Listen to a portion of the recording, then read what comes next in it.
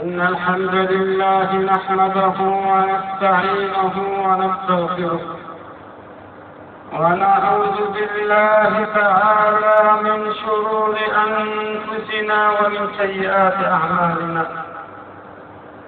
من يهده الله فلا مضل له ومن يضلل فلا هادي له، وأشهد أن لا إله إلا الله وحده لا شريك له، وأشهد أن محمدا عبده ورسوله وصفيه من خلقه وخليله، أدى الأمانة وبلغ الرسالة ونصح للأمة فكشف الله به الأمة وجاهد في الله حق جهاده حتى أتاه اليقين.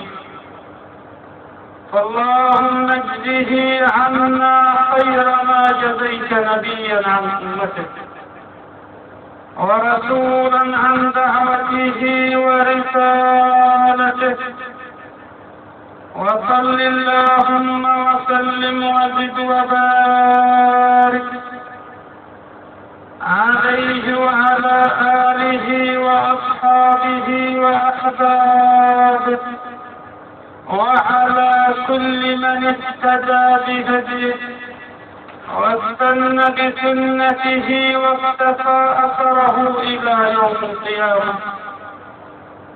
ثم أما بعد، فإن أصدق الحديث كلام الله،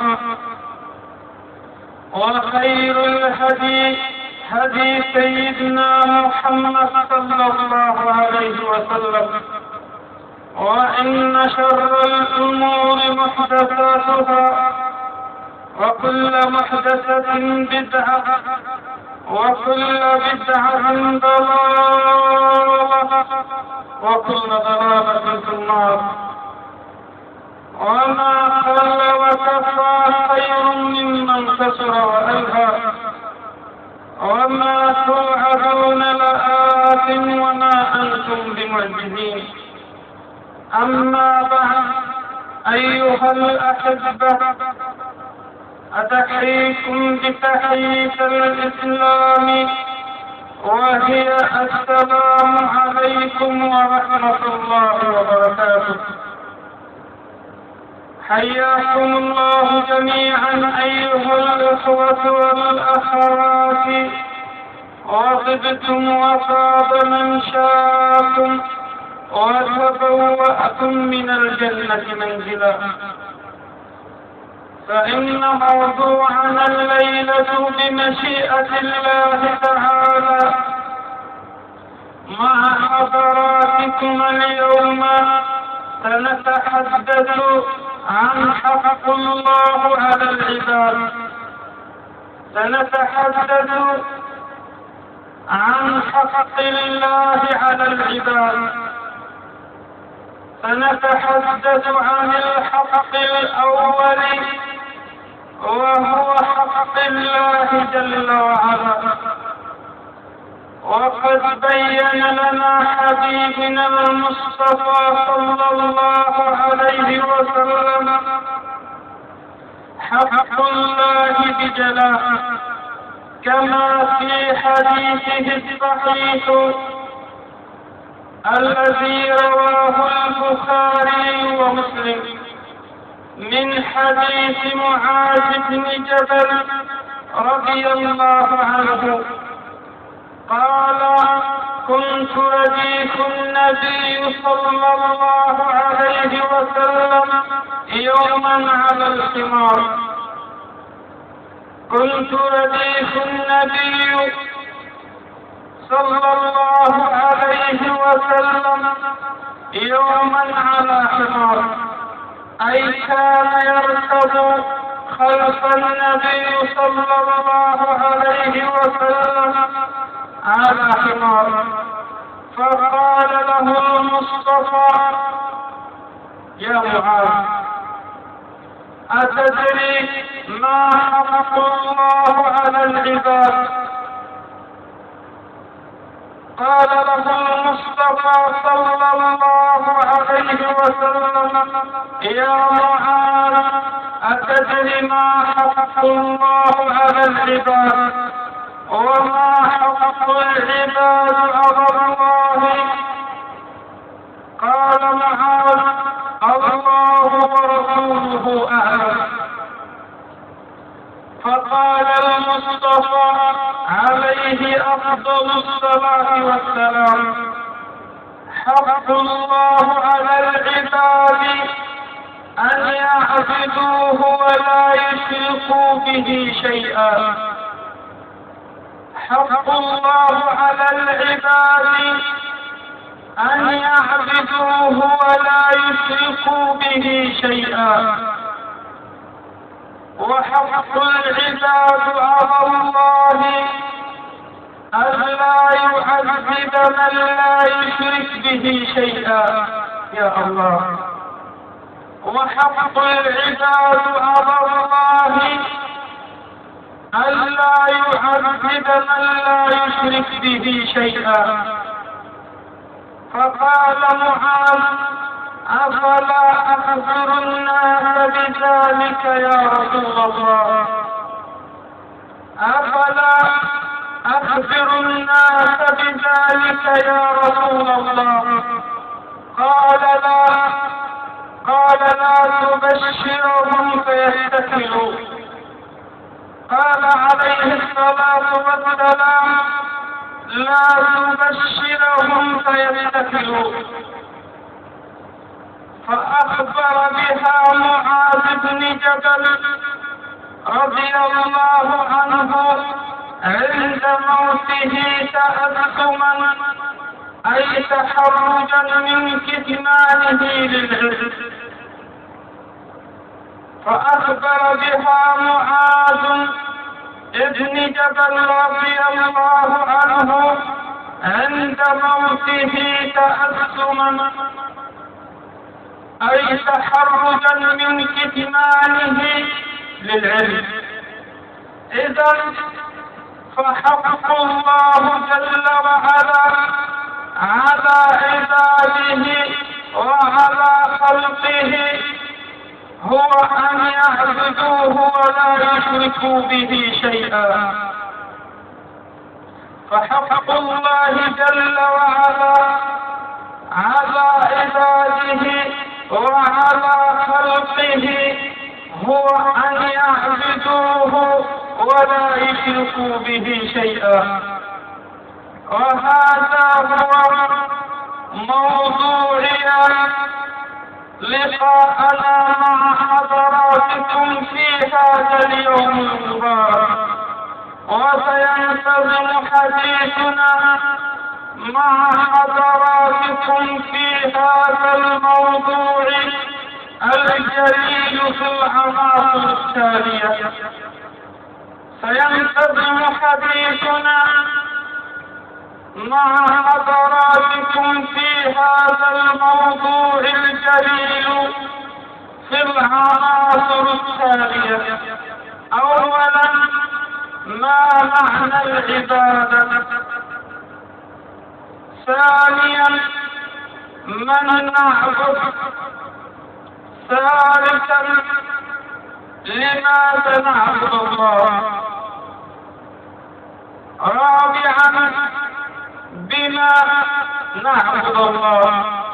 وأخيرا، لا إفراط ولا تفريط، ولكني سأتحدث عن هذه المواضيع على 3 أو 4 مراحل، على 3 أو 4 ليالي، لأهمية هذا الموضوع وجلاله.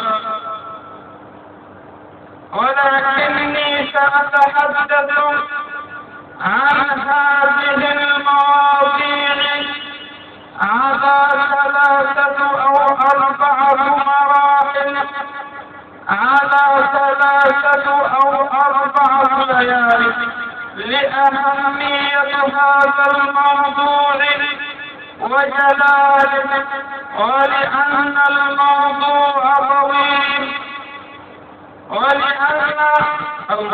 طويل. أولا، ما معنى العبادة؟ العبادة أصل معناها في اللغة الذل. العبادة أصل معناها في اللغة الذل. يقال طريق معبد، أي طريق مذلل وبئته الأقدام. يقال طريق معبد، أي طريق مذلل وبئته الأقدام. ولكن العبادة التي أمرنا بها الله جل جلاله تحمل معنى الخضوع والذل ومعنى الحب. ولكن العبادة التي أمرنا بها الله جل وعلا تحمل معنى الخضوع والذل ومعنى الحب. فالعبادة لله هي كمال الذل مع كمال الحب لله جل وعلا. الله أكبر. فالعبادة لله هي كمال الذل مع كمال الحب لله جل وعلا.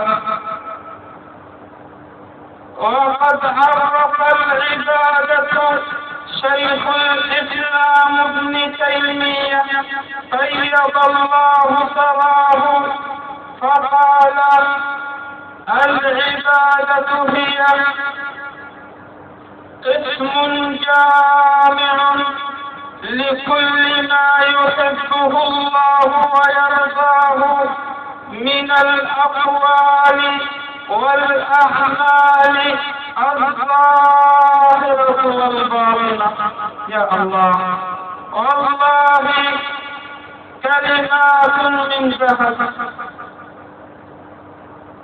وقد عرف العبادة شيخ الإسلام ابن تيمية قيض الله ثراه فقال: العبادة هي اسم جامع لكل ما يحبه الله ويرضاه من الأقوال والأعمال الظاهرة والباطنة كالصلاة والصيام والزكاة والحج وبر الوالدين والأمر بالمعروف والنهي عن المنكر والإحسان إلى الجيران. كل ذلك من العبادة. كل ذلك من العبادة وحب الله ورسوله والحب في الله والبغض في الله والتوكل على الله والاستعانة والرجاء والخشية والمحبة والخوف. كل ذلك من العبادة. إذن أيها الأحبة، العبادة تشمل الحياة بأسرها. إن العبادة تشمل الحياة بأسرها، فحياة المؤمن كلها عبادة، فحياة المؤمن كلها عبادة. إن صحت النية وكان العمل وإن قل يكون موافقا لهدي سيد البشرية صلى الله عليه وسلم.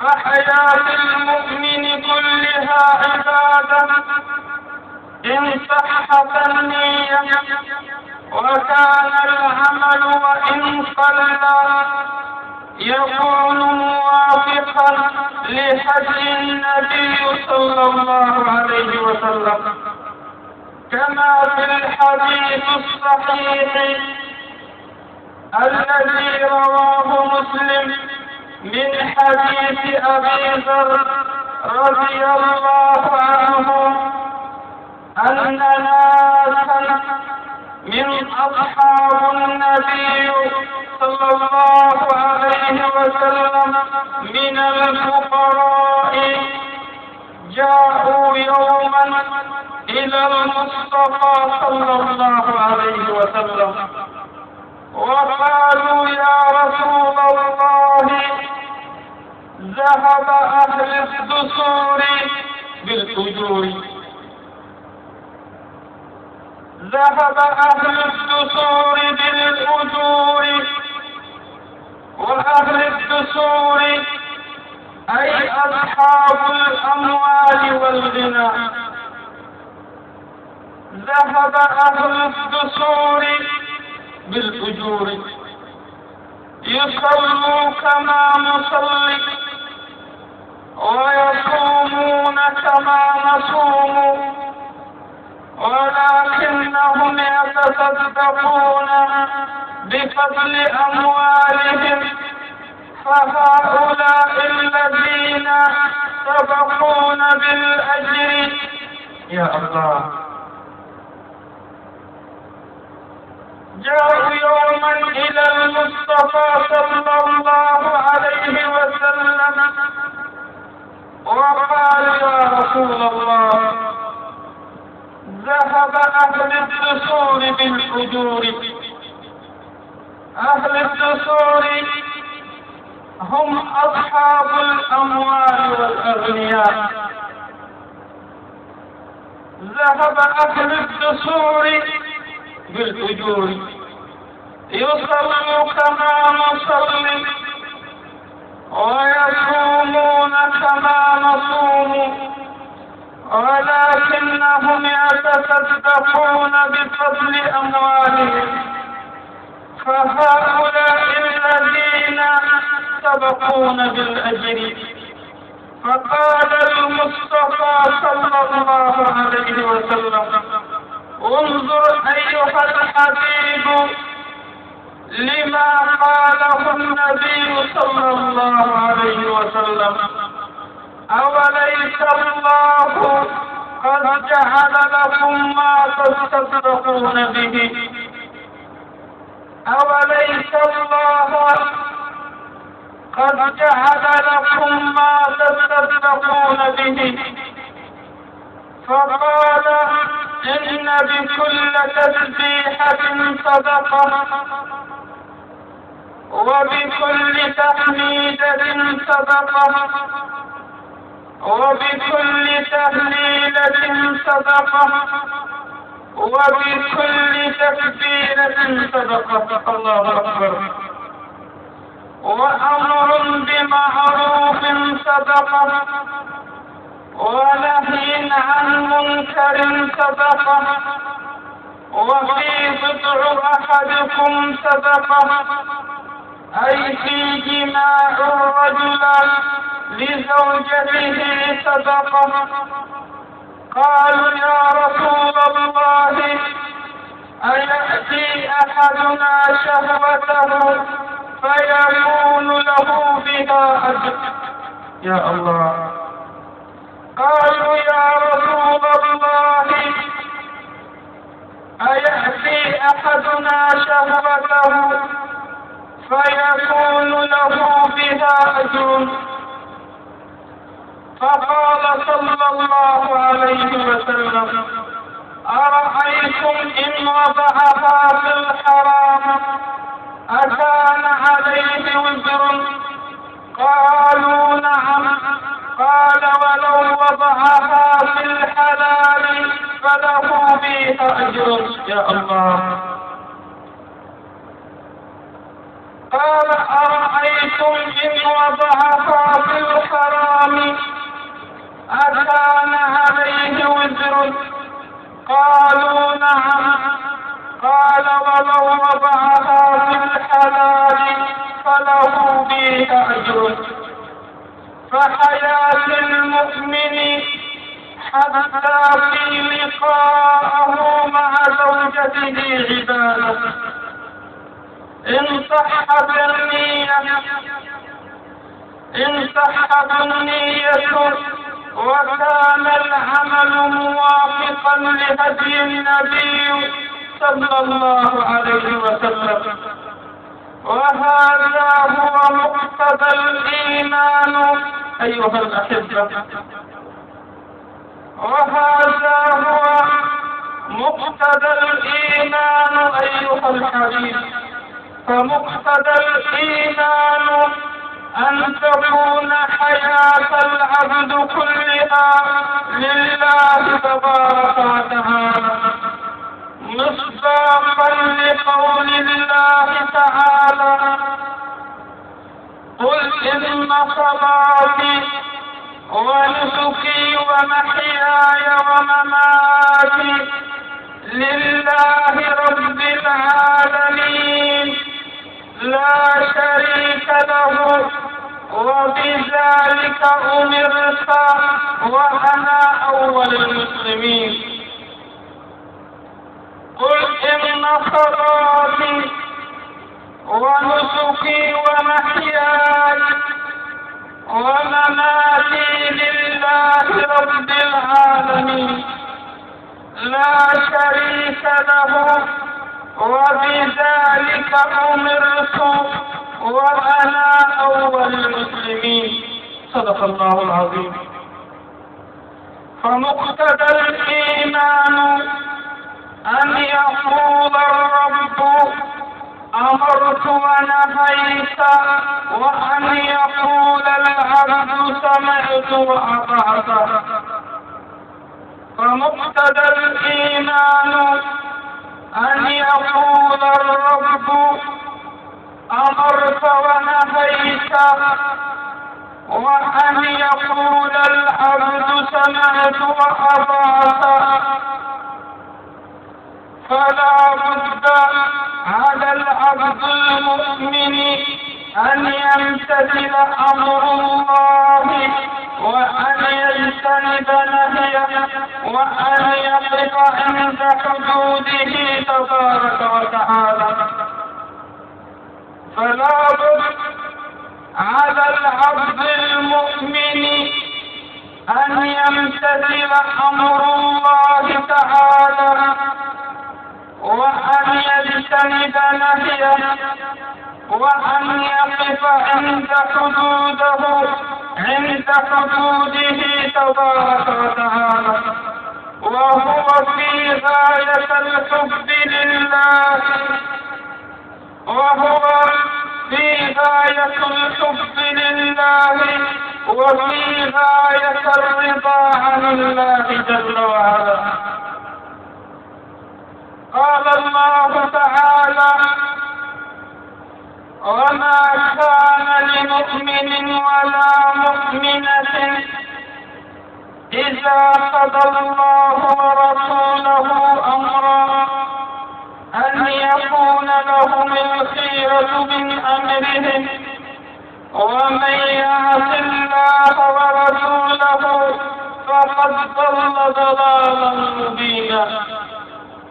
وما كان لمؤمن ولا مؤمنة إذا قضى الله ورسوله أمرا أن يكون لهم الخيرة من أمرهم ومن يعص الله ورسوله فقد ضل ضلالا مبينا. وقال الله تعالى: فلا وربك لا يؤمنون حتى يحكموك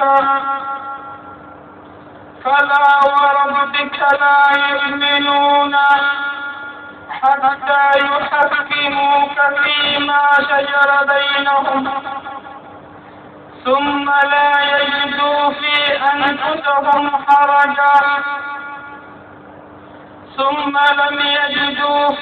أنفسهم حرجا مما قضيت ويسلموا تسليما.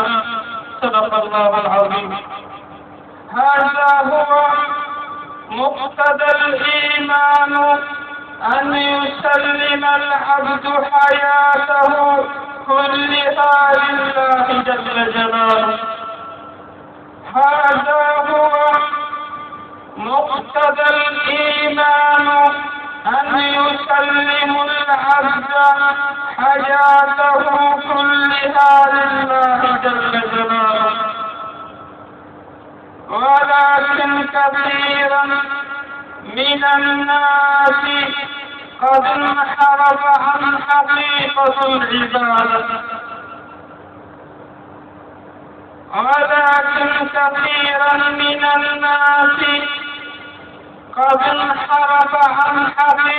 العبادة، وترك صورا كثيرة من صور العبادة لغير الله جل وعلا. فمن الناس من ترك العبادة لغير الله بتحكيم غير شرع الله تبارك وتعالى. فمن الناس من ترك العبادة لغير الله بتحكيم غير شرع الله تبارك وتعالى، والانقياد لأحكام مهاجم البشر، ممن تحكم فيه الأهواء والنزوات والشهوات والرغبات، ممن تحكم فيه الأهواء والنزوات والشهوات والرغبات. والله جل وعلا يقول: أفحكم الجاهلية تبغون ومن أحسن من الله حكما لقوم يوقنون. ويقول تعالى: إن الحكم إلا لله أمر ألا تعبدوا إلا إياه ذلك الدين القيم ولكن أكثر الناس لا يعلمون. فمن الناس من قاد لشرع مهازيل البشر، فمن الناس من قاد لشرع مهازيل البشر ولم يذل ولا يخضع لشرع خالق البشر، ولم يذل ولا يخضع لشرع خالق البشر سبحانه وتعالى. وظن هؤلاء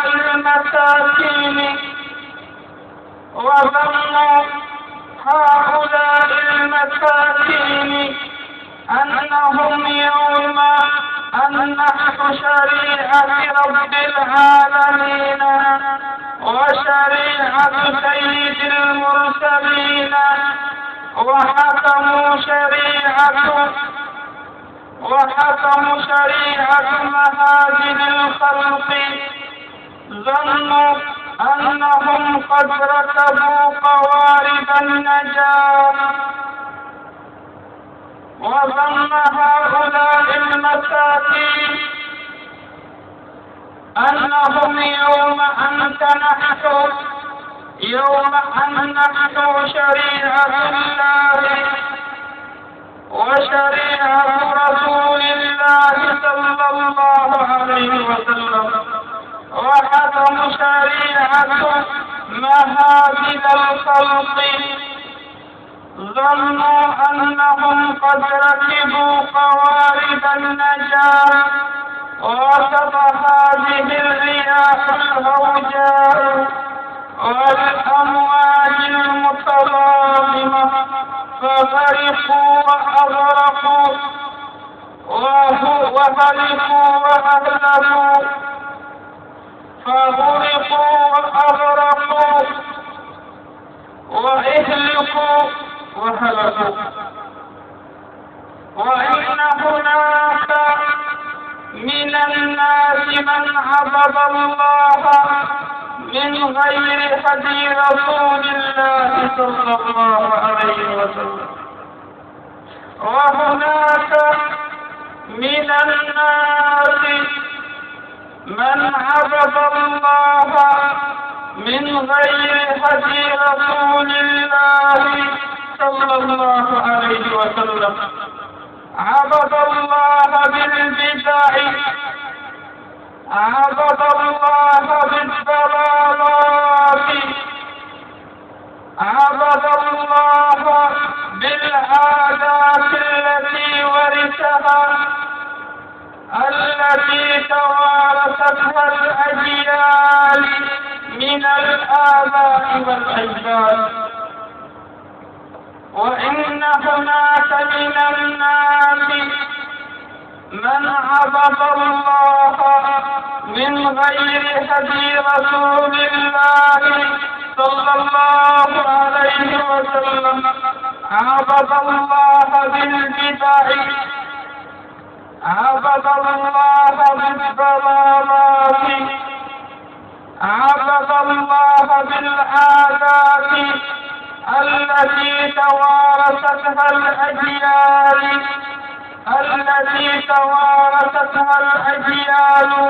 من الآباء والأجداد. وهذه العبادة أيضا مردودة على رأس صاحبها، وهذه العبادة أيضا مردودة على رأس صاحبها، ولا حول ولا قوة إلا بالله. ولو استقى صاحبها وجه الله جل وعلا، لأنه لا بد أن تكون العبادة خالصة لله تبارك وتعالى، فلا بد أن تكون العبادة خالصة لله تبارك وتعالى، وأن تكون العبادة موافقة لهدي رسول الله صلى الله عليه وسلم. ولا بد أن تكون العبادة موافقة لهدي رسول الله صلى الله عليه وسلم. وفي الختام أسأل الله تبارك وتعالى أن يردنا إليه ردا جميلا، إنه ولي ذلك والقادر عليه. وأقول قولي هذا وأستغفر الله لي ولكم، وصلى اللهم على سيدنا محمد وعلى آله وصحبه وسلم، والسلام عليكم ورحمة الله وبركاته.